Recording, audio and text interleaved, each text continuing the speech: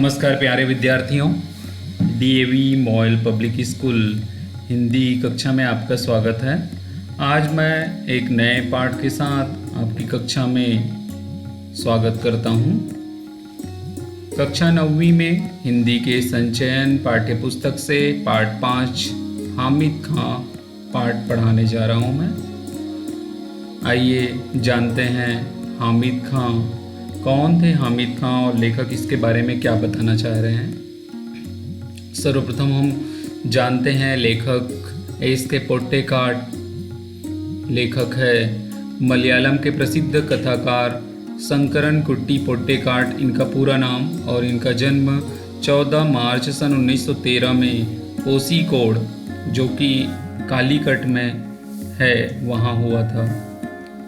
इनके पिता का नाम श्री कुंचीरामन पोट्टेकाट अंग्रेजी भाषा के आचार्य थे। उन्होंने अपनी प्रारंभिक शिक्षा कोझिकोड के हिंदू स्कूल से पूरी की। एस.के. पोट्टेकाट सन 1994 में स्नातक की डिग्री प्राप्त कर उन्होंने भारतीय और पाश्चात्य साहित्य का गहन अध्ययन किया। 1997 से 1939 तक उन्होंने कालीकट के गुजराती स्कूल में अध्यापन कार्य भी किया, शिक्षण कार्य भी किया। सन 1999 में मुंबई आकर उन्होंने अपनी योग्यता प्रमाणित की और कई नौकरियां हासिल की। पुनः 1945 में केरल में लौटकर वह विवाह बंधन में बंधकर वहीं पर बस गए। उनका विवाह 1952 में हुआ। उनकी कहानियों में किसानों और मजदूरों की आह और वेदना का सजीव चित्रण किया गया है।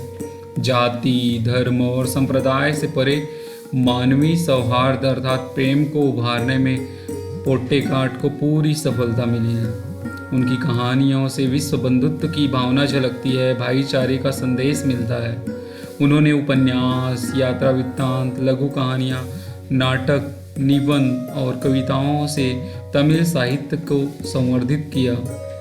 इस महान साहित्यकार का निधन 6 अगस्त 1982 को केरल में हुआ था। इस प्रकार तमिल साहित्य के महान साहित्यकार एस.के. पोट्टेकाट ने आज हमको एक ऐसी ही धार्मिक भावना और अखंडता से ओतप्रोत अपने लेख के माध्यम से भाईचारा की भावना को अग्रसर करते हुए, भाईचारा की भावना को बढ़ाने के लिए प्रेरित करते हुए ये लेख हम सबके समक्ष प्रस्तुत किया है। और यही कहते हैं कि एकता यूं भी हो तेरे धर्म और ईमान में, मेरे उपवास हो तेरे रोज़ा और रमजान में, बात लाना ना जुबां पर कभी ऐसी कि तू हिंदू है और हूँ मुसलमान में। यही प्रेम और एकता, भाईचारा, धार्मिक एकता का संदेश देते हुए हमें इस पाठ के माध्यम से समझाने का प्रयास किया है। उनकी रचनाएं प्रेम, शिशु, विषकन्या, मुड़ुप्पम, ओरुथे रुविंटे कथा, ये इनकी मुख्य रचनाएं हैं। इनको अनेक पुरस्कार भी प्राप्त हुए हैं, जिनमें केरल साहित्य अकादमी के द्वारा सन 1972 में और 1977 में सम्मानित किया गया था। 1980 में ज्ञानपीठ पुरस्कार भी इन्होंने प्राप्त किया। 25 मार्च 1982 में कालीकट विश्वविद्यालय ने डॉक्टर की उपाधि से नवाजे, सम्मानित किए। इनकी रचनाओं की जो भाषा थी वह हिंदी, अंग्रेजी, रूसी, इटालियन, जर्मन और भारत की विभिन्न भाषाओं में अनुवादित किया गया है। आइए देखते हैं पाठ में लेखक ने क्या बताने का प्रयास किया है। तो इस पाठ में लेखक शंकरन कुट्टी पोट्टेकाट में अपनी तक्षशिला के दौरान हामिद खां से हुई मुलाकात का एक बड़ा ही सजीव वर्णन किया है। इस रचना से यह स्पष्ट हो जाता है कि सद्भावना के सामने, प्रेम के सामने, सद्भाव के सामने धार्मिक भिन्नताओं का कोई औचित्य नहीं होता। इसके माध्यम से लेखक आपसी प्रेम और सौहार्द एवं भाईचारा जैसे मानवीय मूल्यों को उभारा है। उन्होंने धार्मिक भेदभाव को भूलकर मानव मात्र के प्रति प्रेम की भावना की शिक्षा दी है, जो वर्तमान समय में अत्यधिक प्रासंगिक है कि हम धर्म से परे होकर मानव मात्र के कल्याण के, मानव मात्र के प्रेम के बारे में सोचें।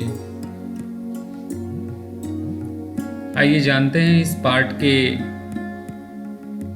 कौन कौन पात्र है, उनके परिचय के बारे में। तो सबसे मुख्य पात्र है हामिद खान, जो तक्षशिला अब पाकिस्तान में है। उनके एक छोटे से गांव का निवासी है। अपनी छोटी सी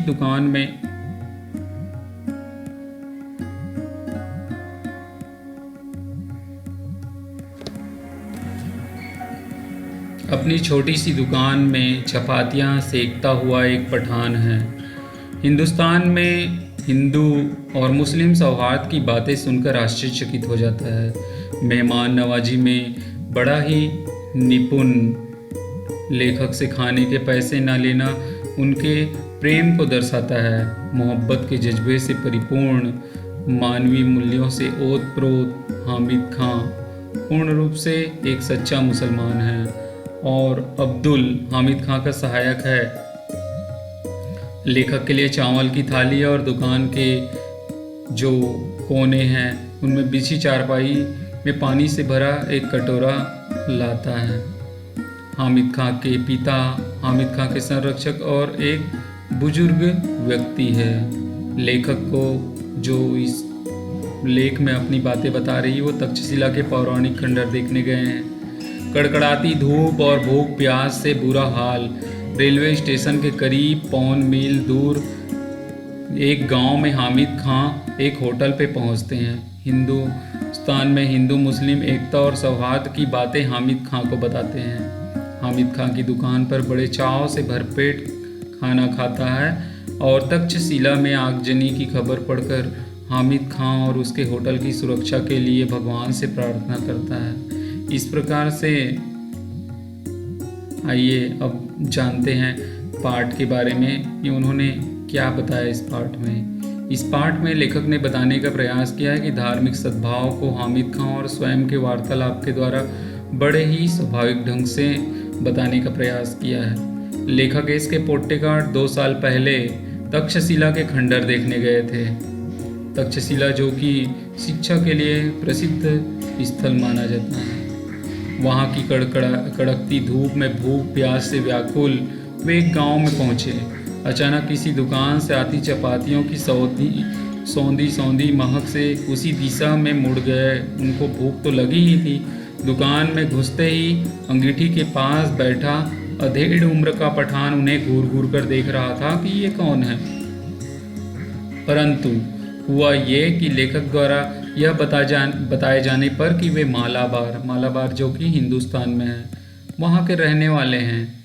पठान ने जानना चाहा कि क्या वे हिंदू होकर मुसलमानी ढाबे में खाना खाना पसंद करेंगे। लेखक ने हामी भरते हुए कहा, हाँ, भारत में बढ़िया चाय पीने के लिए, बढ़िया पुलाव खाने के लिए लोग बेखटके ही मुसलमानी होटल में जाते हैं और खाना खाते हैं।